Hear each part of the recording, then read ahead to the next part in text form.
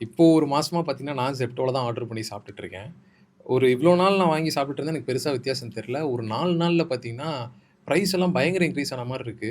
இப்போ வார்த்தைக்கு வார்த்தை சொல்றேன் 1,00,000 சேலரி, 1,00,000 சேலரின்னு. ஆனா அந்த பிரைஸ் லிஸ்ட்ட பார்க்கிறப்போ, எனக்கே வந்துட்டு இன்னைக்கு ஒரு நாள் சாப்பிடாம தூங்கிடலாம். இந்த மாரிலாம் தோணுது சில நேரம். ஸோ இது இது இதுக்கு என்ன சார் பண்றது? என்ன நடக்குது?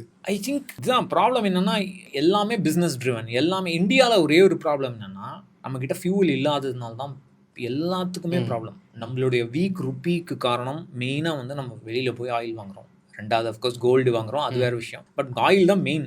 நம்மகிட்ட எதுவுமே நேச்சுரல் ரிசோர்ஸஸ் இல்ல. எல்லா பிசினஸ்க்குமே ஃபார் எக்ஸாம்பிள் நான் ஒரு டீ கடை வைக்கிறேன்னா, எனக்கு வந்து யாராவது ஒருத்தர் வந்து மில்க் குடுக்கணும் டெய்லி. யாராவது ஒருத்தர் வந்து காஃபி தூள் ம். குடுக்கணும்.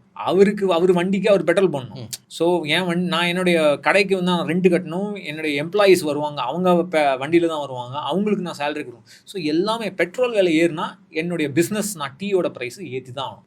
ஸோ இந்த மாரி நான் இதுக்கும் அதுக்கும் சம்மந்தமே இல்லாத மாரி தோணும். ம். ம். பட் எல்லாமே இன்டர்லிங்க்ட். டீப்பா இன்டர்லிங்க்ட். அதனால உலகத்துல என்ன கெட்ட செய்தி நடந்தாலும் நம்மளுடைய பிரைஸஸ் ஏறும்.